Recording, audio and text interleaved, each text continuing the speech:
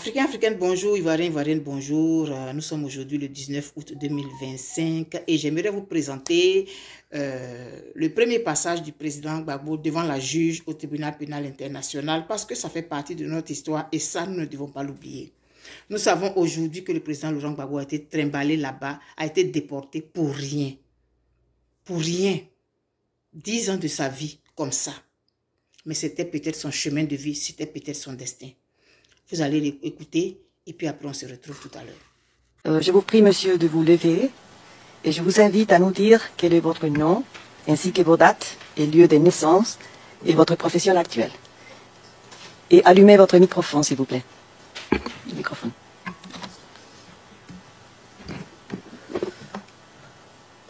Bonjour, Madame la Présidente.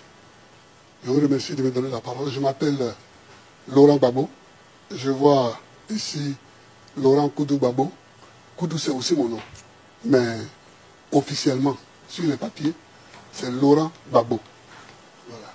Mais Koudou, c'est aussi mon nom. Hein. Donc, l'affaire indique bien qu'il s'agit de moi. Je vous remercie. Et il nous faut aussi connaître votre date et lieu de naissance, ainsi que votre profession. Je suis né le 31 mai 1945 à Gagnoa, en République de Côte d'Ivoire. Gagnoa, G-A-G-N-O-A, en République de Côte d'Ivoire. Merci beaucoup. Et bien sûr, je constate que vous parlez le français, vous les comprenez parfaitement. Oui. Vous souhaitez qu'on vous relise les crimes qui vous sont reprochés dans le mandat d'arrêt? Je pense que ce n'est pas nécessaire, madame. Les conditions de ma détention par la cour ici, par la cour à La Haye, sont correctes. Ce sont des conditions normales de détention d'un être humain. Mais c'est mes conditions d'arrestation qui le sont moins. J'ai été arrêté le 11 avril 2011 sous les bombes françaises. Président de la République, la résidence du président de la République a été bombardée du 31 mars au 11 avril. Et c'est dans ces décombres-là, le 11 avril, pendant qu'on bombardait la résidence qui était déjà à terre, nous on s'est cachés dans les trous de la résidence et une cinquantaine de chars français encerclaient la résidence pendant que les hélicoptères bombardaient.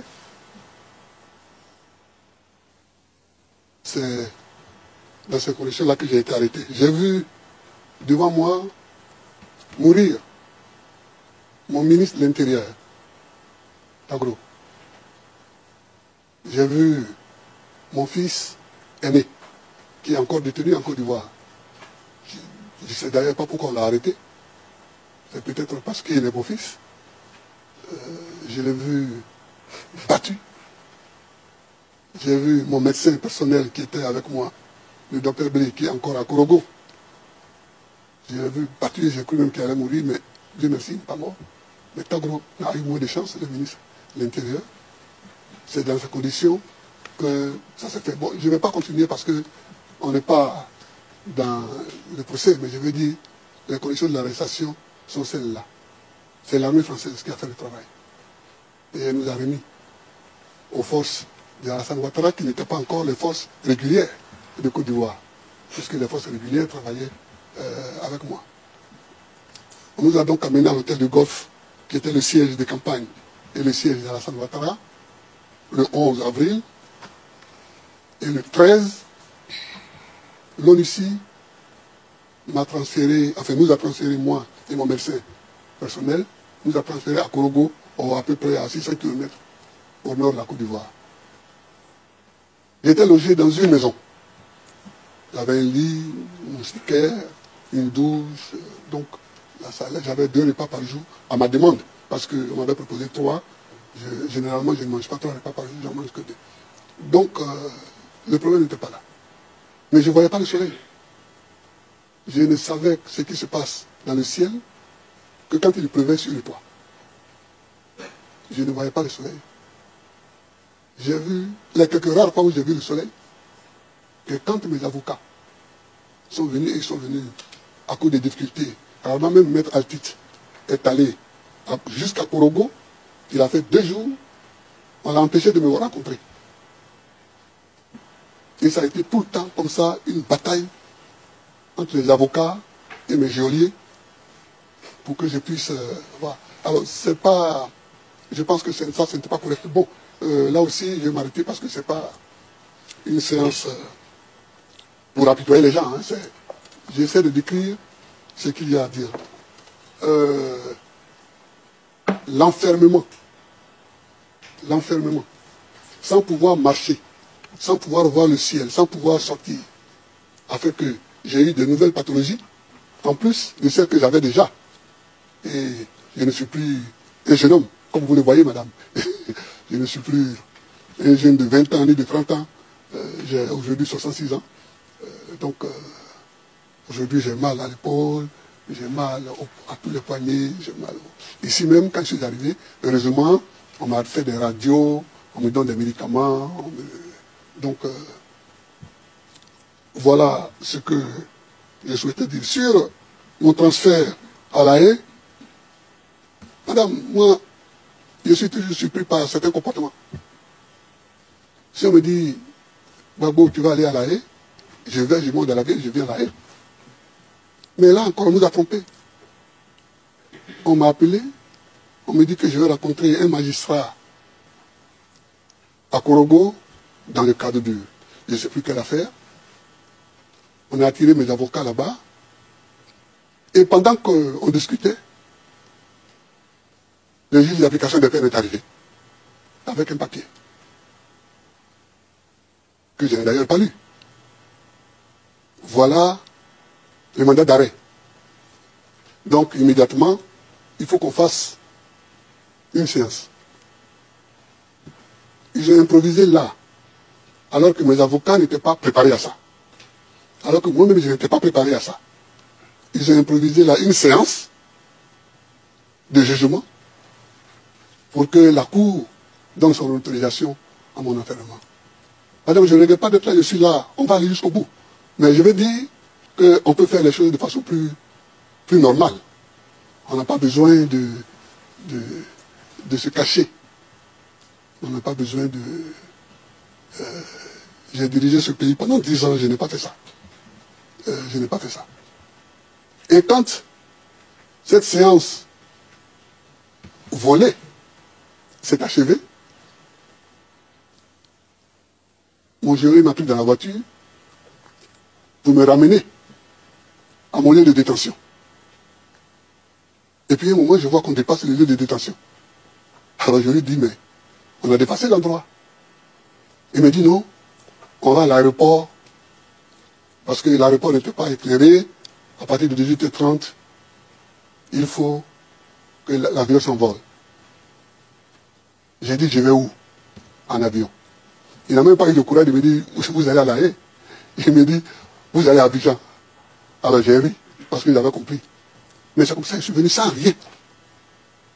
Sauf avec mon pantalon et ma chemise. Sans rien. Du tout. Donc je signale cela pour que vous puissiez prendre des précautions pour que prochainement, dans d'autres pays, dans d'autres cas, cela ne se répète plus parce que ça ne sert à rien. Ça ne sert à rien. Ça fait croire qu'il y a des gens qui sont de mauvaise volonté, qui n'ont pas envie de comparaître. Si on m'accuse, c'est qu'on a des éléments de preuve pour m'accuser. Donc, je comparais, je vais voir ces éléments de preuve, je vais les confronter à ma vérité, à moi, et puis vous jugerez. Mais ce n'est pas bon qu'on essaie de jouer des petits tours de passe-passe. Madame, voilà ce que je voulais vous dire sur mes conditions d'arrestation, de transport, de transfert et de vie ici. Ici, on vit normalement. Hein. Ici, il n'y a pas de... Ici, je n'ai pas de problème. Ici, je n'ai pas de problème. Voilà. Voilà. Bon retour à tous. Et donc, vous avez écouté. Dans notre vie, dans l'histoire de l'humanité, il y a des personnes comme ça qui ont été choisies pour être comme, je sais pas, un sacrifice pour les autres. Considérons que le président Laurent Gbagbo est nous notre sacrifice pour que nous puissions voir la lumière.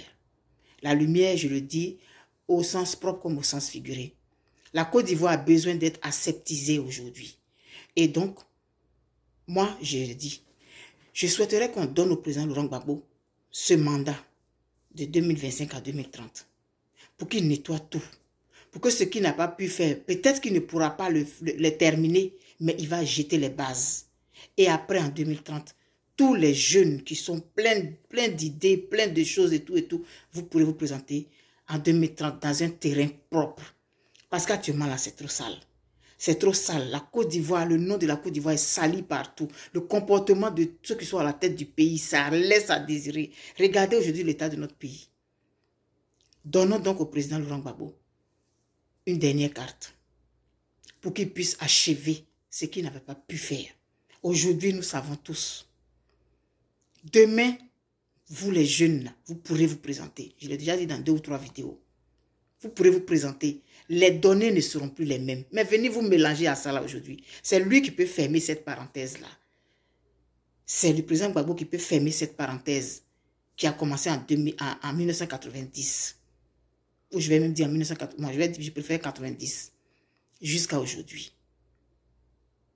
Combattons-le pour des arguments qui tiennent la route. Et non pour des arguments subjectifs. Il a dit, je suis en train de donner mes dernières forces pour vous. Sinon demain, la Côte d'Ivoire qui arrive là, vous n'y serez pas.